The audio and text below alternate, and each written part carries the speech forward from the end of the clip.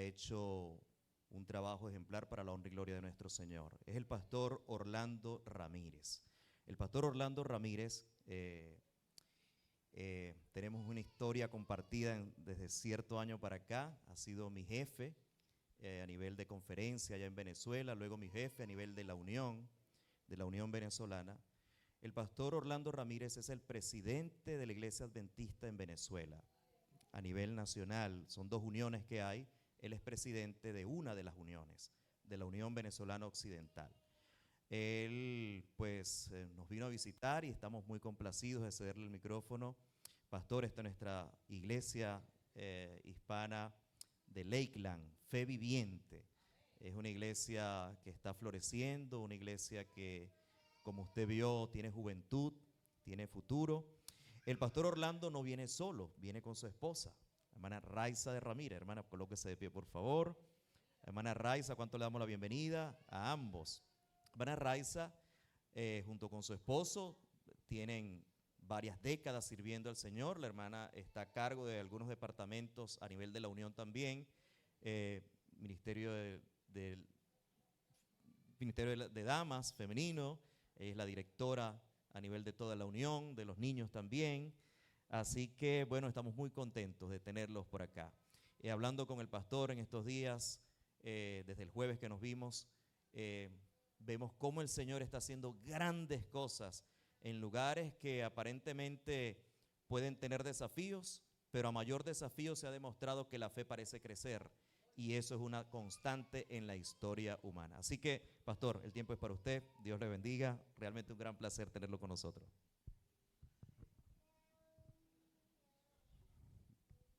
Gracias, pastor Perche, por esta presentación e introducción esta mañana. Estamos contentos y felices de poder acompañarles en esta mañana de sábado y disfrutar de las maravillas y de la inmensa bendición que el cielo siempre tiene para con nosotros. Primero, en poder mostrarnos su presencia en nuestro medio.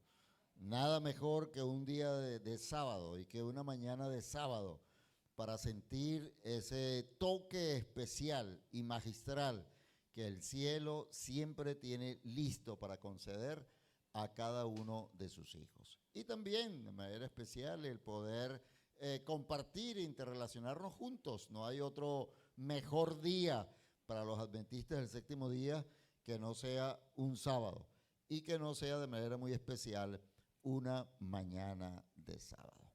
Estamos tan solo de paso por este lugar, pues no lo conocíamos, es la primera vez para nosotros en estar no solamente en esta ciudad, en este sector, y al mismo tiempo pues visitar esta agradable iglesia. Qué lindo el poder disfrutar de las maravillas que el Señor siempre tiene preparada para con nosotros. Y que donde quiera que estemos y donde quiera vayamos, podamos encontrar ese lugar especial, acogido, singular, que nos permite poder encontrarnos con nuestro Creador. Esta mañana he preparado para ustedes un tema que lleva por título El factor X. El factor X. No sé si tengo algún profesor de matemáticas aquí entre nosotros, un profesor de álgebra o tal vez un doctor en matemáticas pura o un doctor en física que con toda seguridad tienen de manera profunda todos los detalles de poder definirnos qué es el factor X en las matemáticas y en el álgebra. ¿Hay algún profesor de matemática entre nosotros? ¿No? ¿No hay un doctor en matemáticas, un doctor en física, un ingeniero físico o algo así? No lo hay. Bueno, voy a intentar entonces para ustedes definir rápidamente desde la perspectiva de las matemáticas qué es el factor X. Y el factor X no es otra cosa sino una cantidad desconocida que solo se conoce después de seguir un proceso prescrito. Una de las mayores dificultades que han tenido la mayoría de los estudiantes es precisamente manejar y seguir un proceso de una fórmula donde el factor X está involucrado y donde a través de paréntesis y a través de otros signos tenemos que involucrar y colocar como actor principal a ese factor X. Y a ese factor X entonces enunciarlo y colocarlo o multiplicarlo o sumarlo o dividirlo dentro de un proceso de una fórmula en particular. Se llama también el factor común, y el factor común al número o variable que se encuentra en todos los términos de un polinomio también es conocido como el factor X. Permítanme ahora trasladarlo rápidamente del factor X a otro tipo de definiciones con respecto al factor X. Y pudiésemos decir que es una cualidad especial que hace que alguien o algo se destaque como un talento increíble.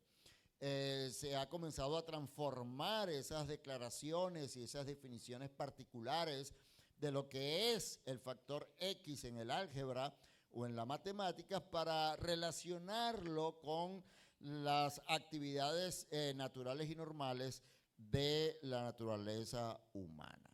Se dice también que un factor X es algo verdaderamente especial acerca de una persona o cosa, una cualidad que es difícil de expresar con palabras. Pudiésemos utilizar como ejemplo y decir: tu hermana es una gran cantante, pero tiene algo en este sentido, tiene un factor X, tiene algo particular, hay un talento en ella, hay una cualidad sin igual, realmente que sobrepasa la realidad común de la naturaleza humana y que permite que ella tenga un talento o un don excepcional.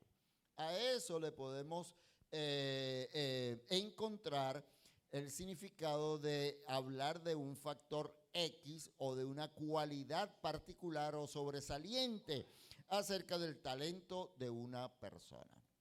Pudiésemos decir también, en otro sentido, nadie más que tú conoce el factor X que hace que tus galletas sean completamente famosas.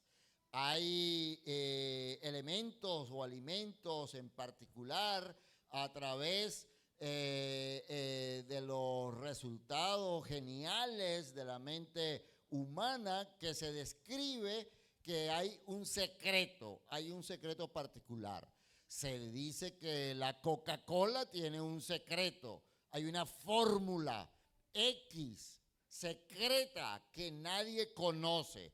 Y no solamente se habla de la Coca-Cola, se habla de muchísimas otras cosas. O tú como buena ama de casa, o como buena repostera, o como buena chef, tienes algunos secretos, algunos secreticos que tú solo conoces. Y a eso le podemos considerar como el factor X. Pero ahora, después de haber dejado esta introducción en sus mentes y esperando que haya sido suficientemente claro y sencillo, quisiera trasladar ese significado y definición de un factor X, la importancia de un factor X, ya sea que lo miremos bajo la perspectiva de una cualidad, de una habilidad, de un talento, o lo miremos a través de un proceso, de una fórmula dentro de las grandes profundidades del descubrimiento dentro del mundo de las matemáticas, o dentro del mundo del álgebra y llevarlo entonces al significado del factor X en las Sagradas Escrituras a través de una historia bíblica bien conocida por todos nosotros. Y quisiera que rápidamente revisemos el contexto de esta historia. Esta historia es el milagro número 36 de Jesús. El milagro número 36. No solamente es el milagro número 36, sino que es uno de los pocos milagros que aparecen descritos en los 4 evangelios. Se repite en los 4 evangelios, aunque no se repite con la misma exactitud y con los mismos detalles. Vamos a revisar rápidamente un poco el contexto de la historia. Hacía poco había ocurrido la muerte de Juan el Bautista. Jesús quería estar solo. Se sentía agotado. Se sentía agotado emocionalmente. Juan el Bautista, aunque no había sido su amigo personal, pues Juan el Bautista había recibido una tarea y una misión muy particular. Y Jesús la conocía y Jesús la entendía. Y se sentía apesadumbrado por lo que había ocurrido con ese hombre en particular, que al mismo tiempo tenía una relación muy personal, humana con él. Pero más que humana, era una relación con un potencial, con una misión muy particular y que venía completamente del cielo. Así que, como quería estar solo, le pidió a sus discípulos que subieran a una barca y que fueran a descansar. Al mismo tiempo, cuando estudiamos bien la historia, encontramos que los discípulos acababan de regresar de su viaje misionero. Recuerdan ustedes que Jesús envió a los 70, les dio una serie de indicaciones y recomendaciones y los envió a cumplir la misión. Y los discípulos habían regresado y todos estaban felices y contentos, proveyendo de sus informes, de sus noticias, de cómo habían sido bendecidos y guiados por el cielo para el cumplimiento de la misión.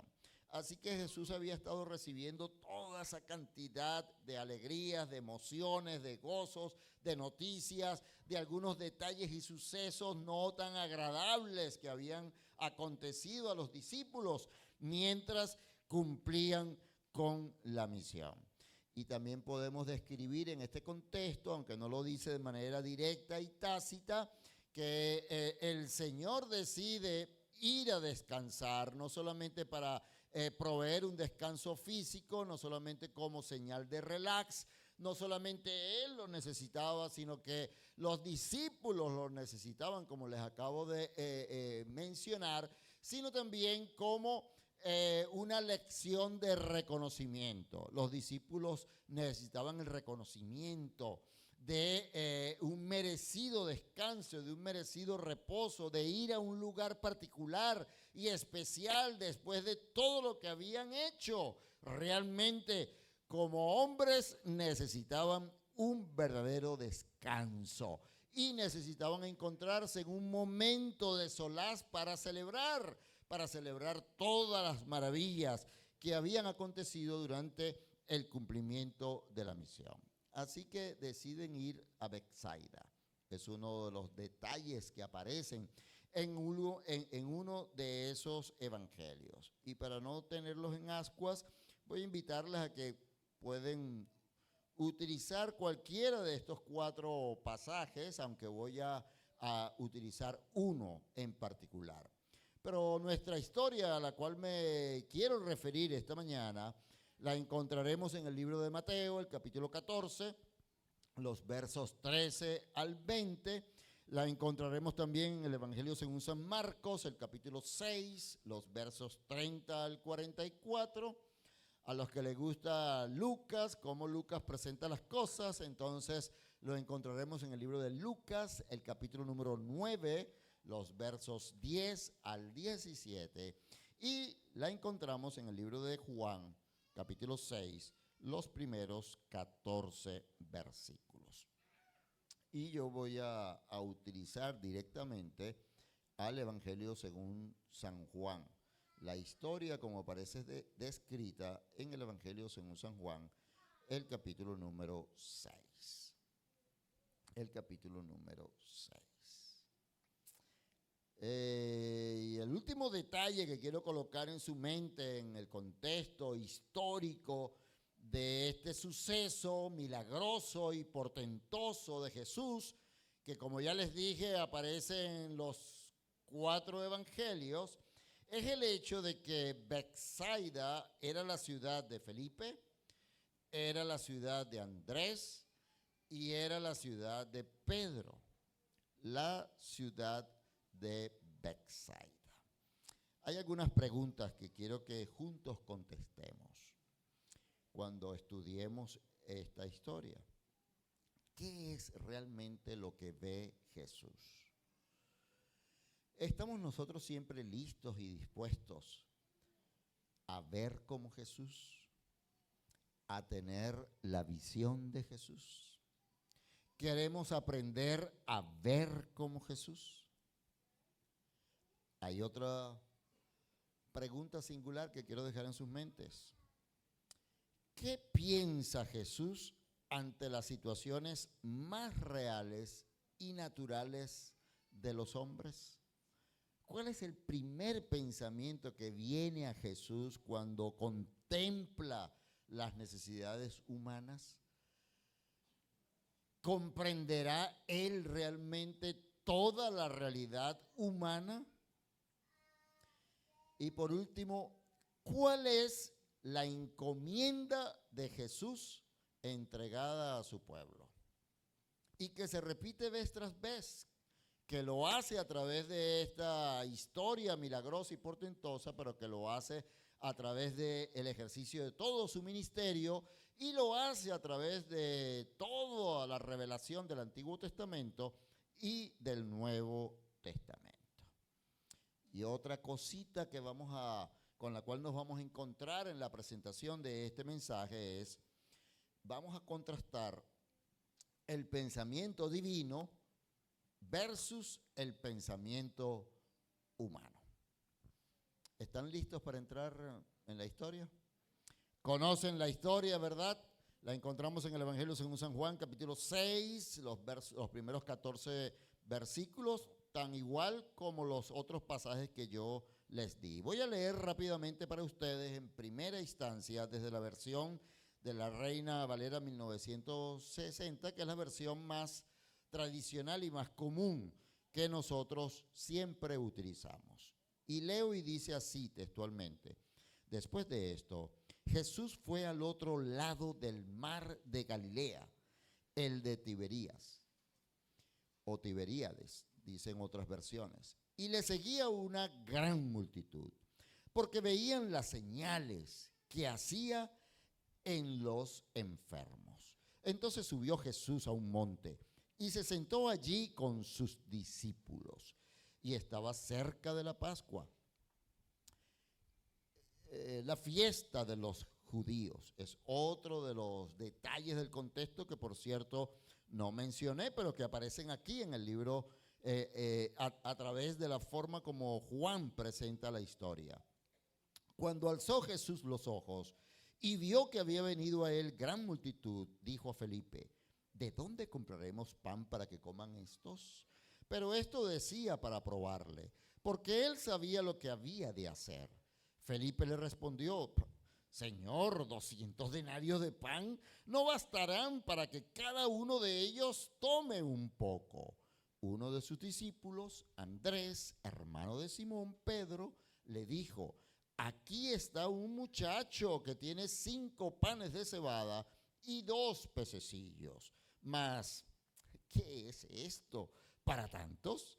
Y entonces Jesús dijo: haced recostar la gente. Y había mucha hierba en aquel lugar, y se recostaron como en un número de 5,000 varones. Otras versiones dicen 5,000 hombres, sin contar las mujeres y los niños. Y tomó Jesús aquellos panes, y habiendo dado gracias, los repartió entre los discípulos, y los discípulos entre los que estaban recostados. Asimismo de los peces, cuanto querían. Y cuando se hubieron saciado, dijo a sus discípulos: recoged los pedazos que sobraron, para que no se pierda nada. Recogieron, pues, y llenaron 12 cestas de pedazos, que de los 5 panes de cebada sobraron a los que habían comido. Aquellos hombres, entonces, viendo la señal que Jesús había hecho, dijeron: este verdaderamente es el profeta que había de venir al mundo. Y en los siguientes minutos voy a seguir utilizando esta historia, pero a través de la versión de la traducción del lenguaje actual.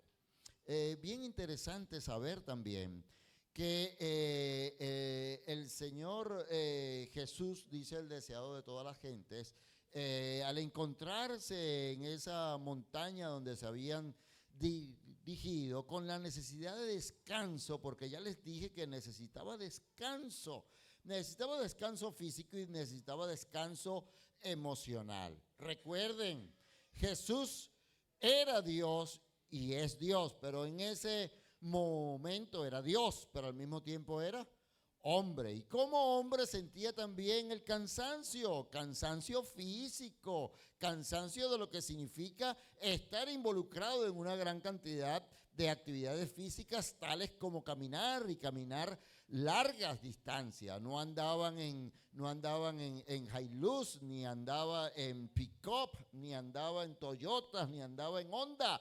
Andaba a pie, con sus pies calzados en una sandalia por caminos polvorientos y también muy accidentados. Él estaba cansado físicamente y necesitaba realmente del descanso. Además su corazón estaba adolorido, les dije, muy adolorido, y quería estar a solas, completamente a solas. Pero la sierva del Señor dice que mientras él contemplaba desde la loma de la montaña hacia su frente, comenzó a ver cómo llegaba la gente. Hay otros de los evangelios que dice que antes de que Jesús descendiera de la barca, ya había una gran multitud esperándolo, porque las personas que habían estado al otro lado del costado se enteraron a dónde iría Jesús cuando se montó en la barca, y una buena cantidad de ellos llegaron primero que la embarcación. Cualquiera sean la exactitud de los detalles, no son tan importantes, pero es interesante que la sierva del Señor diga que Jesús había estado contemplando a medida que las personas iban llegando y aglomerándose y convirtiéndose en una gran multitud. Y hay un detalle en el libro de Mateo, y dice, que no aparece en Juan, y dice que Jesús tuvo compasión de ellas. Tuvo compasión de ellas porque comenzó a contemplar la gran cantidad diversa de familias, de hombres, de mujeres, de jóvenes y de niños, con diferentes situaciones particulares y personales que él podía ver y entender como Dios, y también pudo ver y contemplar la gran cantidad de enfermos, de dolientes físicos y emocionales que eran traídos y cargados a través del camino, y que se estaban aglomerando y convirtiéndose en una multitud en ellos, hasta que el maestro no aguantó más y le dijo a los discípulos: yo quiero ir a encontrarme con la multitud. Señor, pero si estamos descansando, Señor, pero si estamos celebrando, Señor, pero qué bueno que podemos estar un tiempo contigo a solas. ¿Por qué ahora? Y el Señor insistió y dijo: yo quiero bajar y estar con la gente.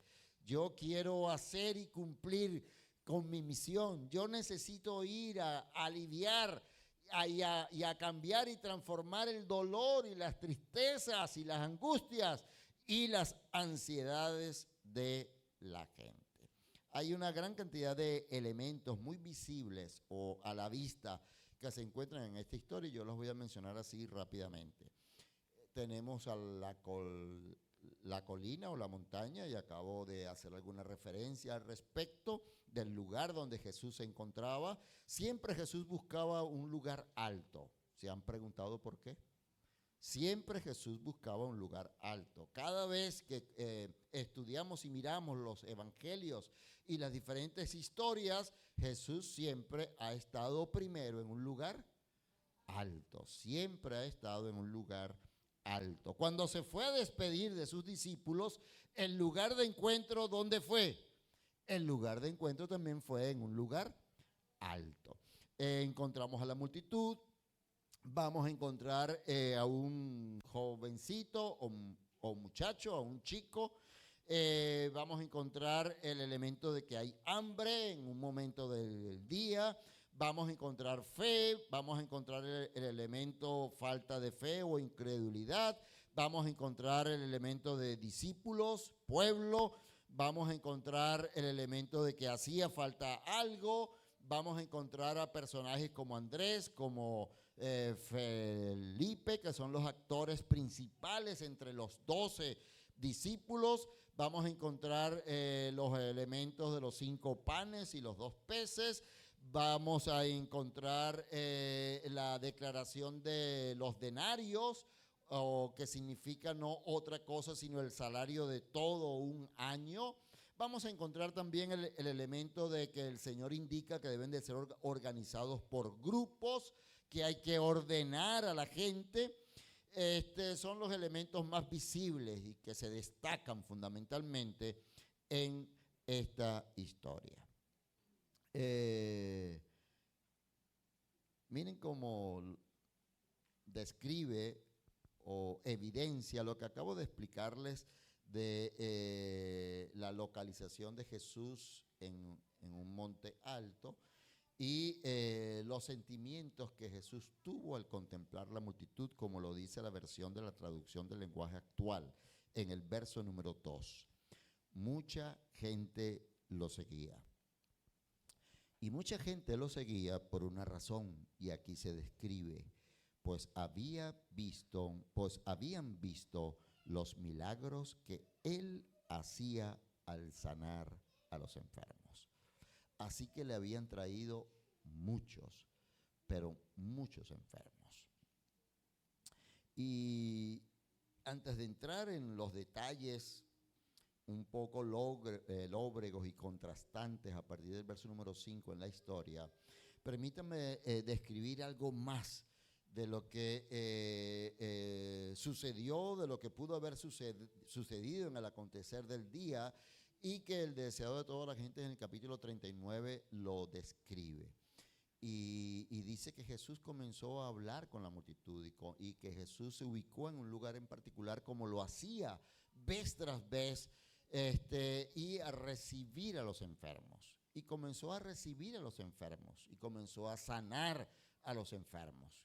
Recibió a los niños, recibió a los jóvenes, recibió a los adultos y recibió también a los más viejos. Y así comenzaron a transcurrir los minutos y las horas de la mañana, del mediodía y de la tarde y de la mayor parte del día, donde Jesús no se dio cuenta de la hora, donde los discípulos aparentemente tampoco, y donde la gente tampoco logró percibir la prontitud y la ligereza del transcurrir del día en medio de la algarabía, en medio de las muchas veces que Jesús tuvo que haberse colocado en pie para dirigirse a la multitud y estar absortos, escuchando el mensaje de salvación y al mismo tiempo viendo los diferentes milagros que Jesús realizaba hora tras hora en el transcurrir del día. Cada uno de esos sucesos tuvieron que incitar a la multitud a reunirse en grupos, a hablar, a sacar sus conclusiones, a poder señalar lo que estaba ocurriendo, a ver cómo se levantaron los cojos, los paralíticos, los ciegos. Todo eso causó conmoción a lo largo de las horas y a lo largo del día. Pero de nuevo vuelve a aparecer el detalle de que Jesús tuvo compasión de ellos. Al llegar ya el atardecer, Jesús estaba cansado. Por supuesto, tenía que estar cansado físicamente, agotado por completo. Había estado todo el día ocupado entre la multitud, realizando, sí, una serie de acciones y de hechos de poder divino, pero al mismo tiempo en una naturaleza humana, y se sentía cansado físicamente. El pueblo también estaba cansado. El pueblo con toda seguridad tenía hambre. Probablemente, no lo dice la historia, pero probablemente, conociendo nuestra naturaleza humana, muchísimos de ellos, no necesariamente todos, pero muchísimos de ellos llevaron viandas. Y una de las razones por las cuales les digo esto es porque encontraron a este niño con esa vianda.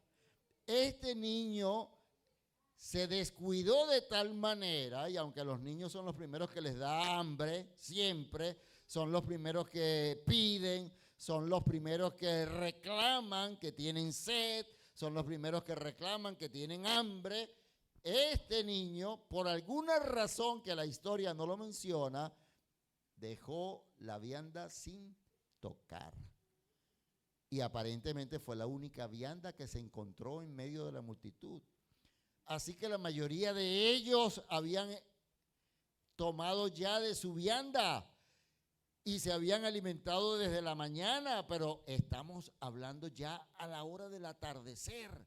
El día había casi expirado y este chico, a Dios gracias, aún conservaba 5 panes y 2 peces, que con toda seguridad su mamá le había dado para que él fuera a ver a un Jesús milagroso donde su fama corría a través de Jerusalén, de Judea y de Galilea. Y estamos hablando específicamente del sector de Galilea. Por esa razón afirmo que con toda seguridad, si no todos, la mayoría de ellos fueron precavidos y llevaron también su propia vianda. Pero para este momento en el cual entra los detalles de la historia, todos ellos ya la habían consumido. La forma como lo presenta Juan, dice la sierva del Señor, hace sentir que Jesús quería probarlos. La forma como lo presenta Mateo y los otros evangelios dice que Jesús tuvo compasión de ellos. Y así como él tenía hambre, él sabía que ellos también tenían hambre y que tenían necesidad de comer. Otro de los evangelios dice que los discípulos vinieron a Jesús a decirle: Maestro, estamos cansados, tú también estás cansado. La sierva del Señor dice que estaba pálido, su semblante realmente estaba completamente agotado del trabajar del día. Los discípulos lo vieron y lo notaron. Maestro, hay que ir a descansar, cierra aquí, deja de hablar, deja de predicar, deja de sanar, detente, Señor. Ven con nosotros y vamos a buscar en algún lugar donde encontrar para comer. Otra posibilidad que existe a través de esta historia es que los discípulos fueron encomendados por Jesús a buscar si en la cercanía había algún lugar para comer. Y se encontraron de que no había absolutamente nada. Por lo tanto, concluyeron que lo mejor era que Jesús despidiera a la multitud y que la multitud tomara caminos diversos y distancias para ver dónde podían hallar algo para comer. Pero Jesús, ese no era su pensamiento. Eso no era lo que él tenía en mente. Lo que él tenía en mente era totalmente diferente. Y les dijo, dadle vosotros de comer.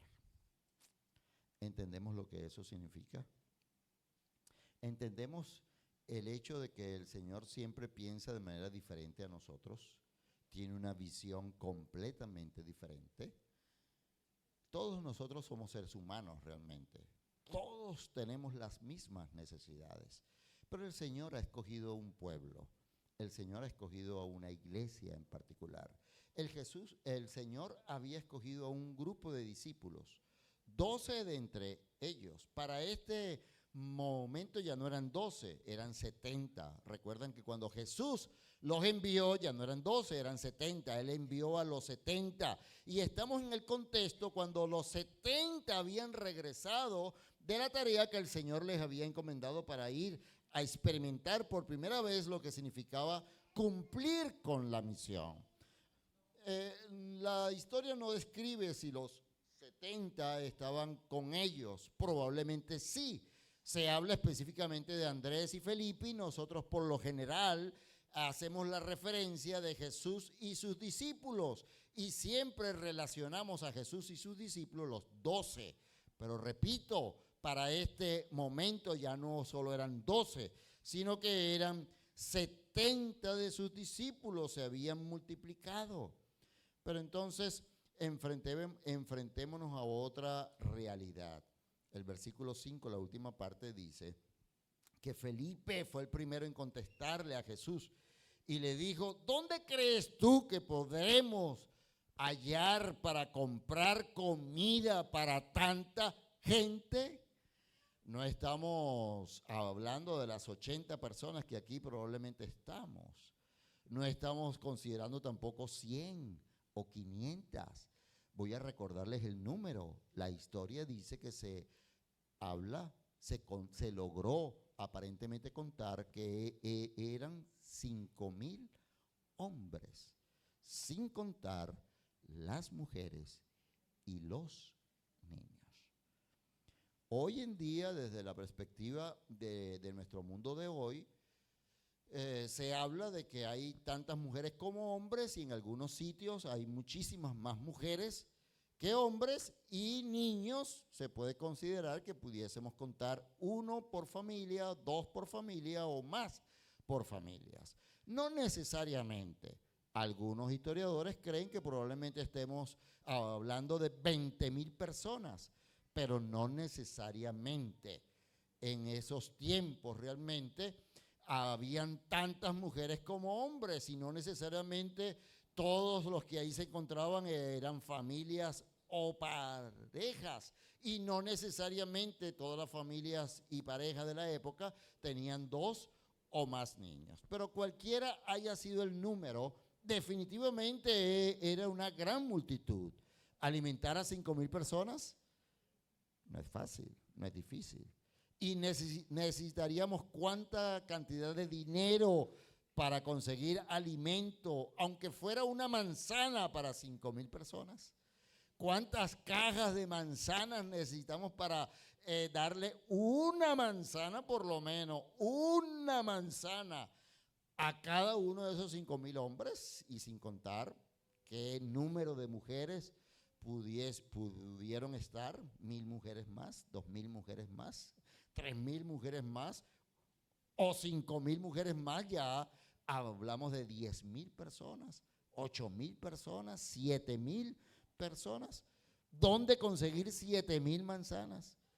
Pregunto, ¿será fácil aquí en Tampa o en Lakeland conseguir rápidamente 7,000 manzanas?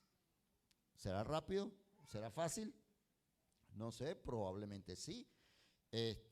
Hay mucha producción de manzanas aquí en el país, hay grandes empresas, grandes industrias, grandes sitios donde pudiésemos tal vez encontrar en un solo sitio, entrar y poder adquirir estas 5,000 o 7,000 manzanas, pero no necesariamente en ese lugar. La forma como la versión de la traducción del lenguaje actual lo describe posteriormente en el versículo número 6, dice que Jesús ya sabía lo que iba a hacer, pero preguntó esto para ver qué decía su discípulo. Y entonces Felipe respondió, versículo número 7, ni trabajando 200 días, escúchese bien, ni trabajando 200 días, ganaría uno suficiente dinero para dar un poco de pan a tanta gente. Los rostros y los ojos de ustedes me contestaron de que sí sería muy fácil aquí en Lakeland o en Tampa conseguir un local, un solo local para adquirir de una sola vez 5,000, 7,000 o 10,000 manzanas. Pero ahora la pregunta es, ¿tendríamos el dinero suficiente para comprar esas 7,000 o 10,000 manzanas? Y Felipe lo estaba describiendo, Señor, ni con el salario de un año, ni con el salario de un año nosotros tendremos el dinero ahorita en efectivo, constante y sonante para salir al supermercado y comprar un poco de pan para alimentar a tal multitud. Y entonces quiero hacer rápidamente el análisis lógico de esta historia. Primero, con toda seguridad, Felipe buscaba sinceramente la verdad, pero era tardo de corazón para creer. Y probablemente muchos de nosotros y todos los que aquí estamos nos encontramos en este sitio porque estamos anhelando encontrar la verdad. Creemos que hemos encontrado la verdad. No solamente estamos buscando la verdad, usted y yo estamos aquí porque creemos que hemos encontrado la verdad, pero aún así somos tardos de corazón. Aún así somos lentos de corazón para creer. ¿Tienen ustedes tal vez de memoria la segunda sección del verso número 16 del capítulo número 28 del Evangelio según San Mateo? ¿Saben ustedes lo que dice en su segunda parte, el versículo 16 del capítulo 28 de Mateo? Dice el capítulo 28, versículo 16 del Evangelio según San Mateo, que Jesús había convocado a los discípulos y les había dicho hace rato a un lugar alto, a un monte, al monte en el cual estaban acostumbrados a verse, a encontrarse, a reunirse.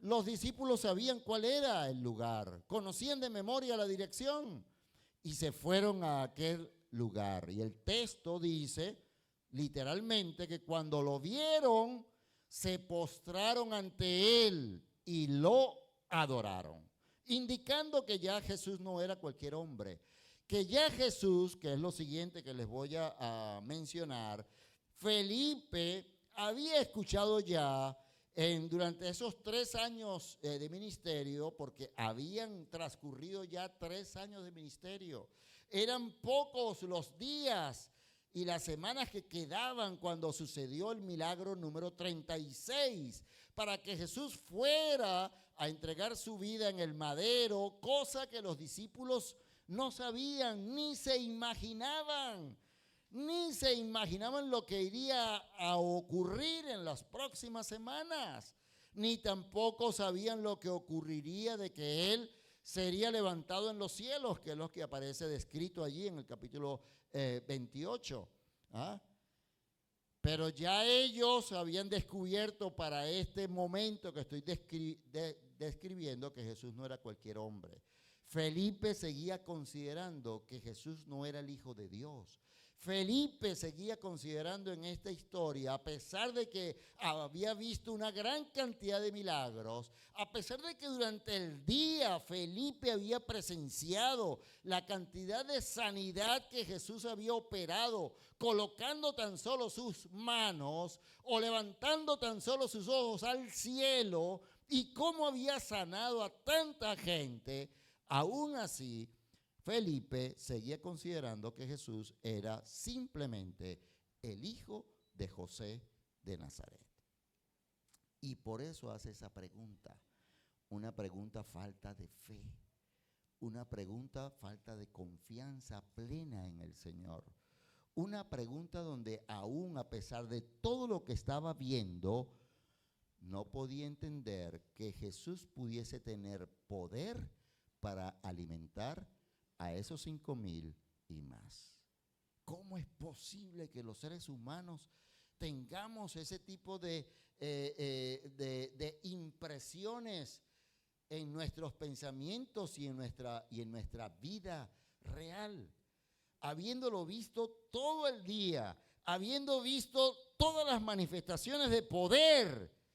Y el Señor les dice, vayan ustedes a buscar la comida para estos hombres, y no pudieron entender, no pudieron vislumbrar el contenido y la definición de sus verdaderas palabras y de los pensamientos que Jesús tenía para ese momento al atardecer del día. Pero no les he dicho cuál es la segunda parte de ese versículo número 16. La segunda parte de ese versículo 16 dice que aunque ellos lo vieron, lo reconocieron ahora no como como el hijo de José de Nazaret, no como el simple rabí de Galilea, el maestro de maestros, sino que lo vieron, se postraron y lo adoraron. Eso significa que lo reconocieron como ¿quién? Como Dios. Lo estaban reconociendo como Dios. Después de 3 años y medio, finalmente estos 11 hombres entendieron que no era un hombre común y cualquiera, sino que era Dios y tan solo Dios. Pero la segunda parte, un pedacito chiquitico, dice, pero algunos de entre ellos dudaron.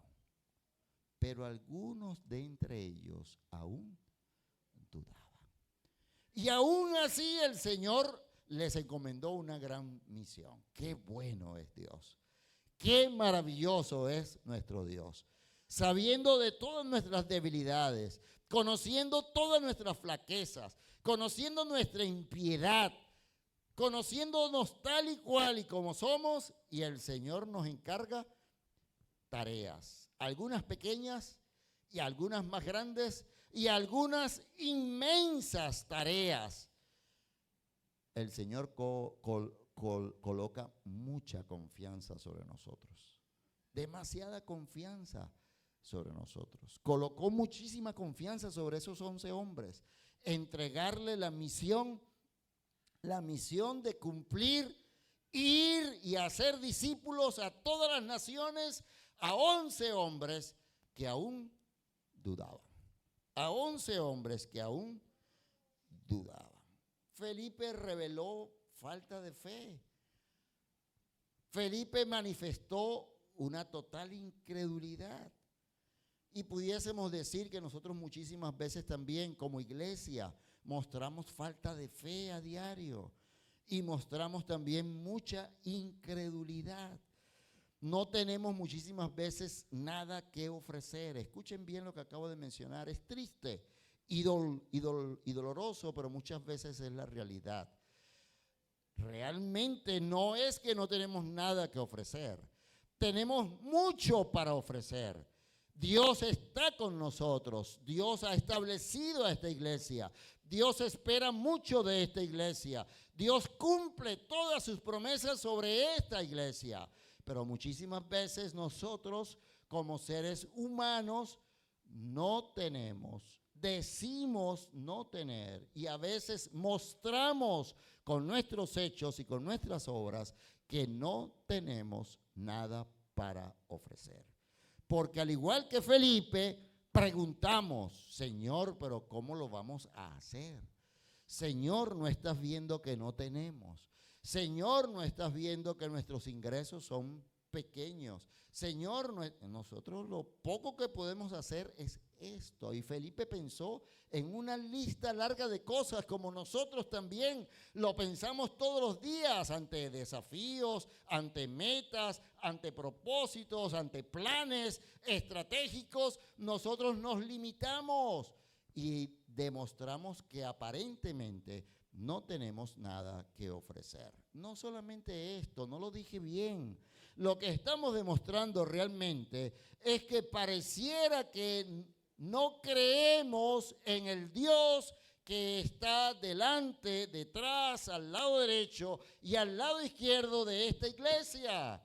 No creemos en un Dios único y portentoso. No creemos en el Dios creador del universo. No creemos en el Dios de lo imposible. Aquel que puede hacer posible lo que a ti y a mí nos parece imposible.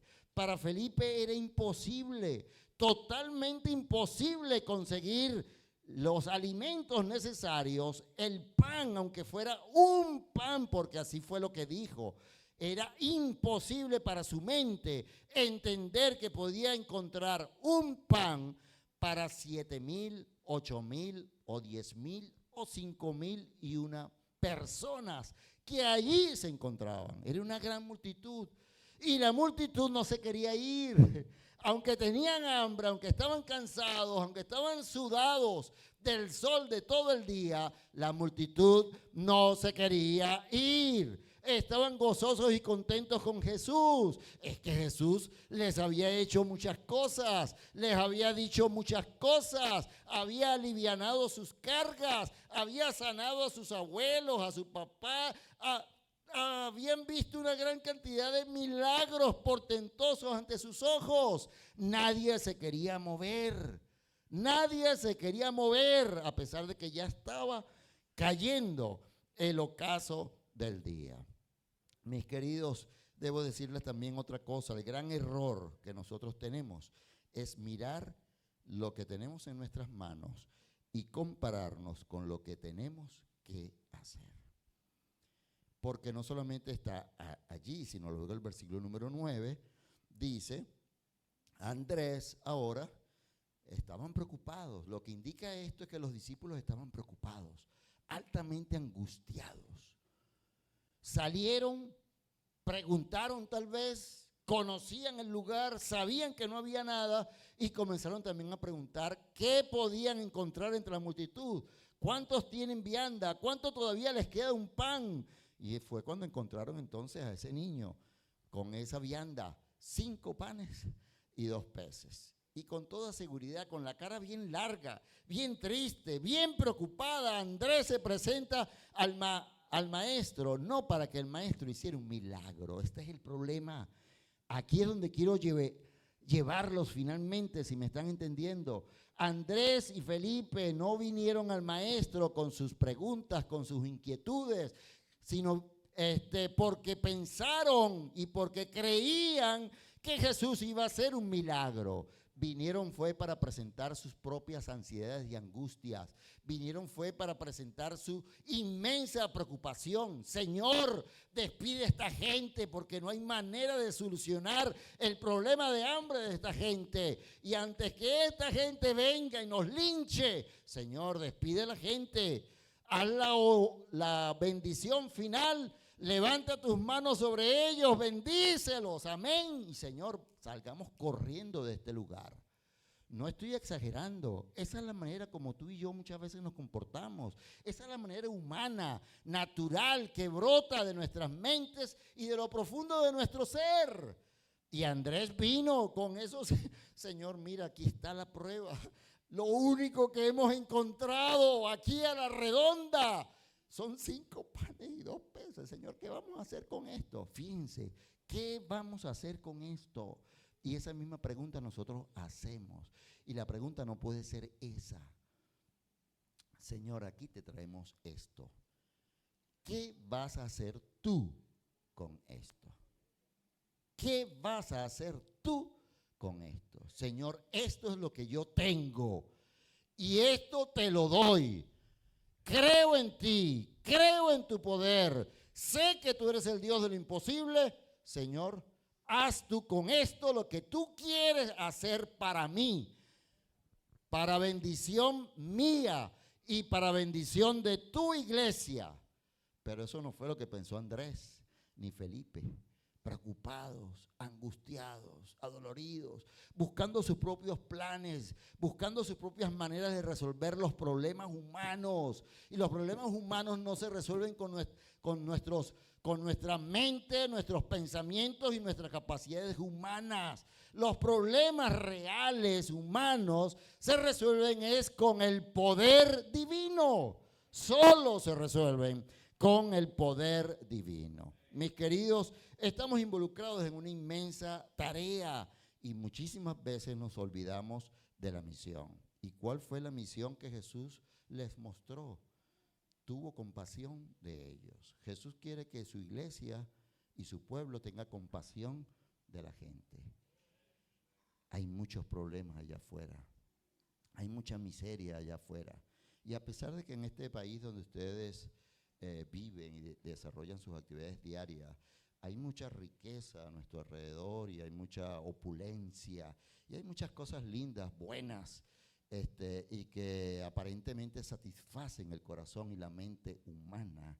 Allá afuera hay miles y millones de gente que sufren aún en medio de sus riquezas, aún en medio de toda su opulencia y aún con toda su grandeza. Allá afuera hay miseria. Y no solamente en ellos, sino que también hay otro grupo de personas que también conviven en este país y que llegan cada día a este país, que también vienen con su miseria física y con sus miserias emocionales.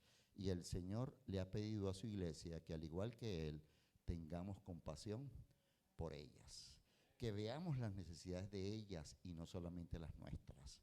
En la medida en que tú y yo veamos las necesidades de los otros, el Señor también llenará y resolverá tus propias necesidades. Pero no podemos seguir pensando primero en que el Señor satisfaga mis necesidades, resuelva mis necesidades. El Señor nos está enseñando que primero tenemos que pensar en las necesidades de los demás, y el Señor siempre estará listo para satisfacer todas nuestras necesidades. El problema humano siempre es que Andrés y Felipe vieron las obras de Jesús, todo lo que Jesús había hecho, pero no llevaron el problema a Jesús, no confiaron en Jesús, de ninguna manera, de ninguna forma. No se dieron cuenta que el hombre que estaba ahí delante de ellos, a pesar de todo lo que habían visto, no era cualquier hombre, sino que era Dios. Aún en ellos no existía en toda su plenitud quién es Dios. Probablemente suceda eso también con nosotros. Aún no hemos aprendido y no hemos entendido a conocer y a reconocer quién es Dios, quién verdaderamente es Dios. Quiero invitarles a que vayan al Evangelio según San Lucas rápidamente, el capítulo 18, el verso número 27. Ese pasaje ustedes lo conocen, puedo mencionarlo de memoria, pero quiero que lo vean con sus propios ojos y que esas letras puedan impactar allí su mente. Lucas capítulo 18 y el verso número 27. Y pueden también encontrar el libro de Isaías capítulo 55 y el verso número 9. Y mientras ustedes buscan esos dos pasajes y los leen en silencio, voy a leerles rápidamente lo que el deseo de toda la gente en la página 335 y 336 dicen acerca de este suceso. Al alimentar a los 5,000, Jesús alzó el velo del mundo, de la naturaleza, y reveló el poder que se ejerce constantemente para nuestro bien. En la producción de las mieses terrenales, Dios obra un milagro cada día, mi querido hermano y mi querida familia de esta iglesia de Lakeland. Mire, Dios ejerce constantemente para nuestro bien el poder de alimentarnos cada día. Dios obra un milagro cada día para nosotros. Por medio de agentes naturales se realiza la misma obra que fue hecha al alimentar la multitud. Los hombres preparan el suelo, siembran la semilla, pero es la vida de Dios la que hace germinar la simiente. Es la lluvia, el aire y el sol de Dios lo que le hace producir primero hierba, luego espiga y después grano lleno en la espiga. Es Dios quien alimenta cada día los millones con las mieses de esta tierra. Los hombres están llamados a cooperar con Dios en el cuidado del grano y en la preparación del pan. y por esto muchas veces pierden de vista la intervención divina. Y en la página 336 dice así: el milagro de los panes enseña una lección en cuanto a depender de Dios. Cuando Cristo alimentó a los 5,000, la comida no estaba cerca. Aparentemente Él no disponía de recursos. ¿Escucharon bien? Voy a volverlo a repetir. Aparentemente Él no disponía de recursos. Realmente no estaba el banco ahí al lado. Realmente no tenía una chequera. Realmente no tenía la cartera. Realmente no tenía una tarjeta de crédito. No, nada de eso. Y los discípulos tampoco. Tampoco poseían ninguno de esos instrumentos bancarios. Aparentemente no disponía de recursos. Allí estaba, en el desierto, con 5,000 hombres, además de las mujeres y los niños. Él no había invitado a la vasta muchedumbre. Ella había venido sin invitación y sin ningún orden. Pero él sabía que después de haber escuchado por tanto tiempo sus instrucciones, sentían hambres y estaban débiles, porque él también participaba de su necesidad de alimento. Él también tenía hambre como ellos. Estaban lejos de sus casas y la noche se acercaba. Muchos estaban sin recursos para comprar alimento. El que por ellos había ayunado 40 días en el desierto, no quería dejarlos volver hambrientos a sus casas. La providencia de Dios había colocado a Jesús donde se hallaba, y él dependía de su Padre Celestial para obtener los medios para aliviar la necesidad. ¿Qué les parece esa última parte? Y pregunto, ¿no tiene la iglesia de Dios todo lo necesario para poder proveer y atender las necesidades de los que más sufren y de los que la necesitan? No porque necesariamente las tengamos en nuestra mano, no porque necesariamente las tengamos en nuestros bolsillos o en la cuenta bancaria de la iglesia, no.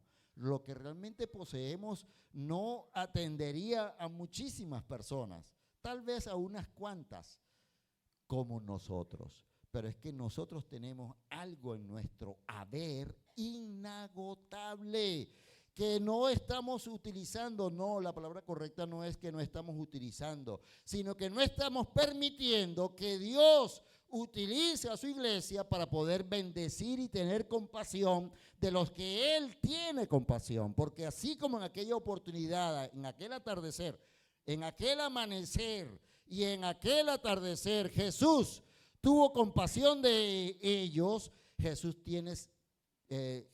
sigue teniendo y sintiendo a lo largo de la historia de la humanidad, sigue sintiendo y teniendo compasión por todos ellos, incluyéndonos a nosotros, por todos nosotros. Y finalmente, mis queridos, permítanme compartir con ustedes 2 lecciones objetivas que encontramos a través de esta historia. La primera, si entendieron cuál es el factor X. Los discípulos no vieron a Jesús como el factor X.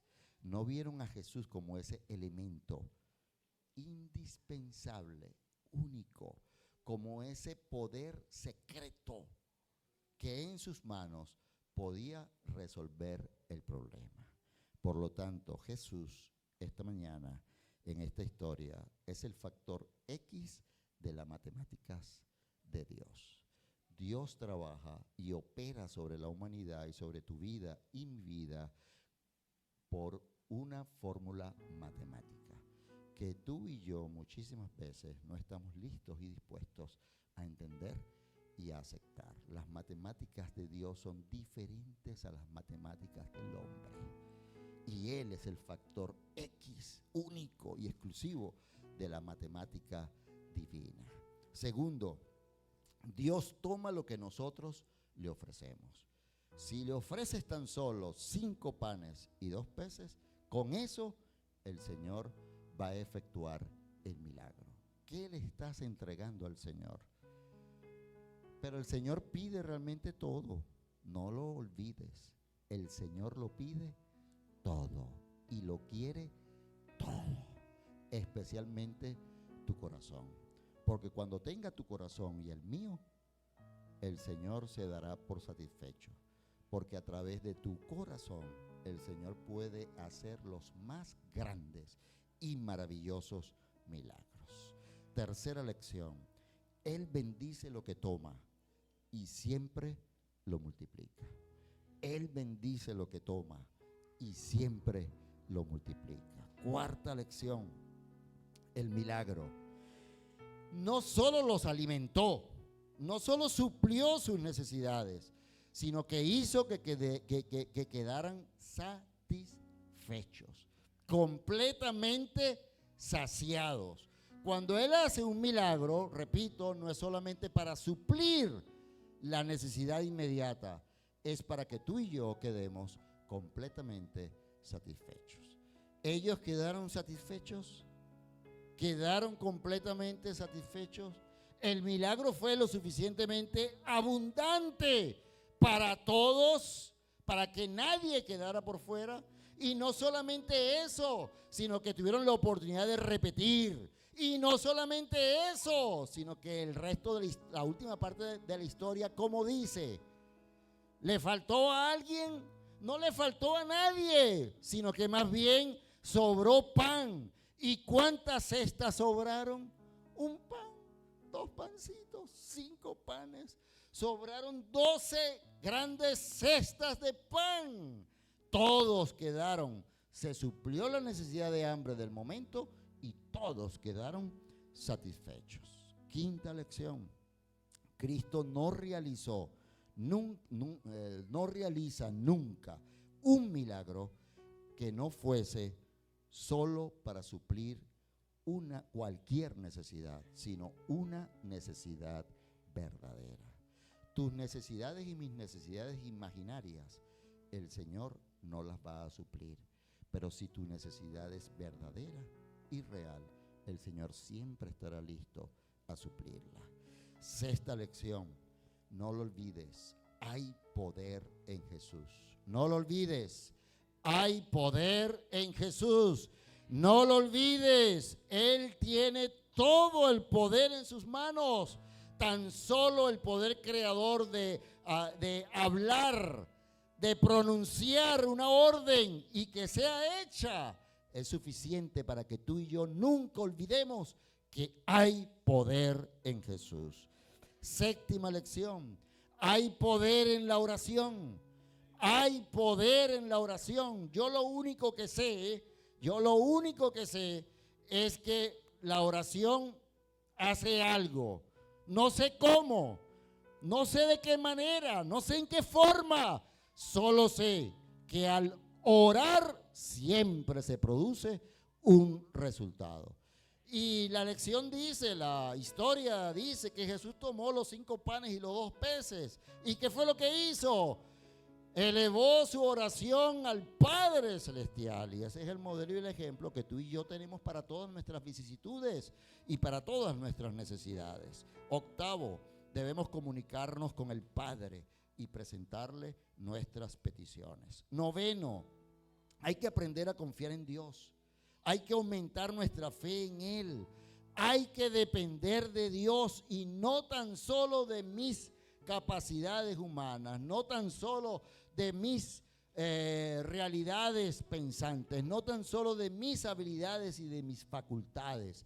No olvides que en el proceso matemático de la fórmula divina hay siempre un factor X. Y dependiendo de dónde coloques tú el factor X, el resultado va a ser real o el resultado no va a ser real. Es importantísimo el factor X en el medio de vida de nuestra naturaleza humana. Es importantísimo el factor X en el proceso de las fórmulas matemáticas, en el álgebra.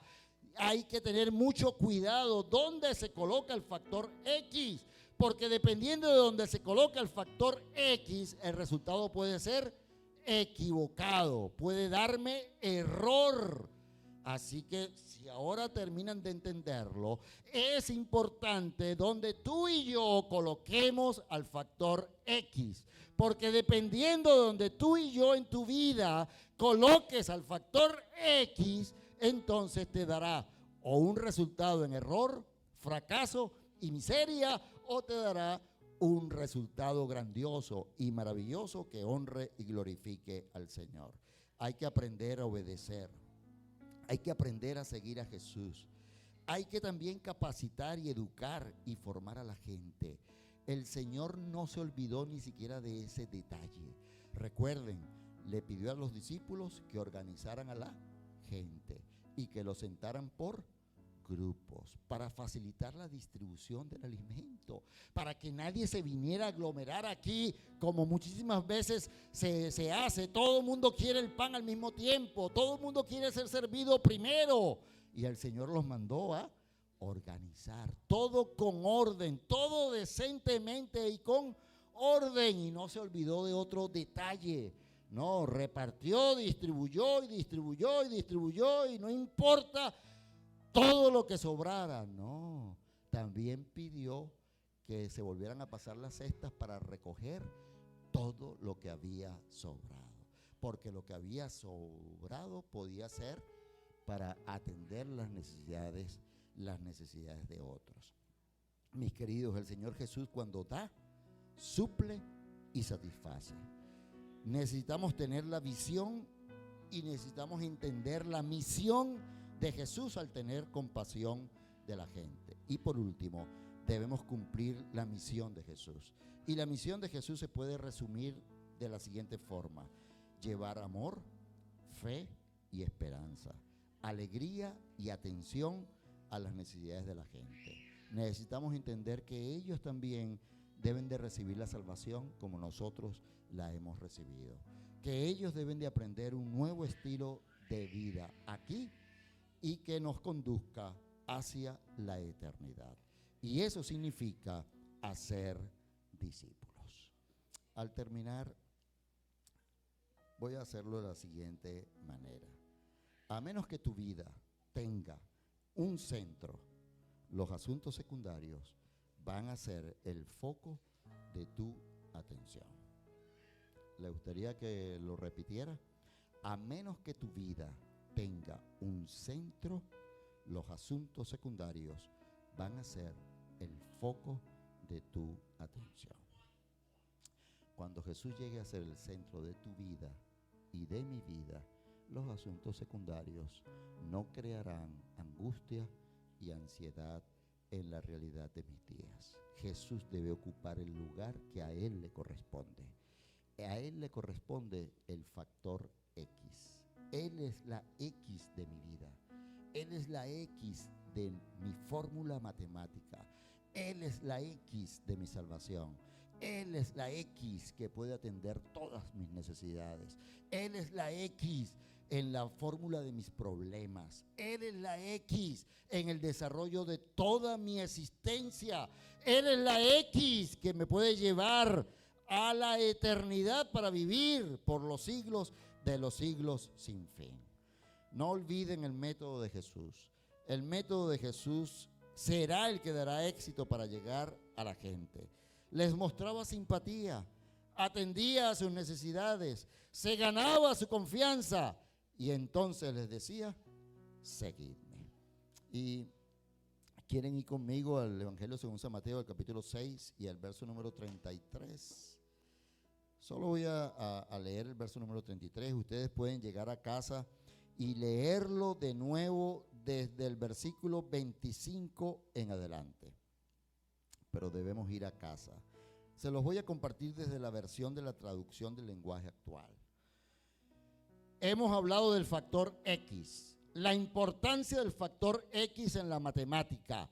Hemos descubierto una vez más, o estamos reconociendo una vez más, que para el éxito de nuestras vidas necesitamos del factor X, lo sobrenatural, lo divino, lo portentoso, lo único, lo grandioso. Y ese factor X es Jesús y nada más que Jesús.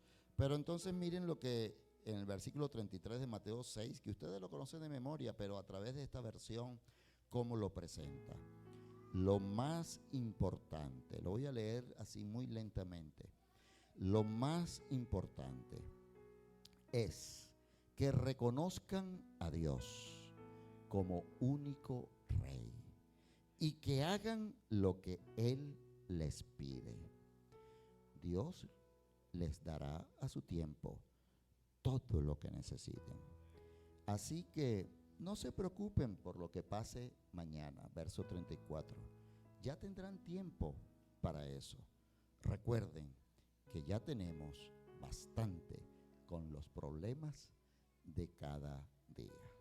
Lo más importante es que reconozcan a Dios como su único Rey.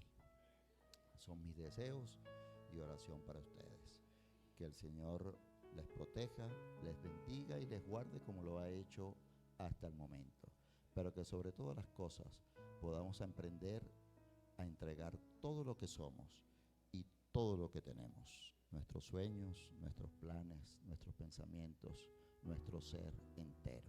Que el Señor hará con lo que le ofrezcamos poderosos y maravillosos milagros y portentos en nuestra vida. Dios les bendiga.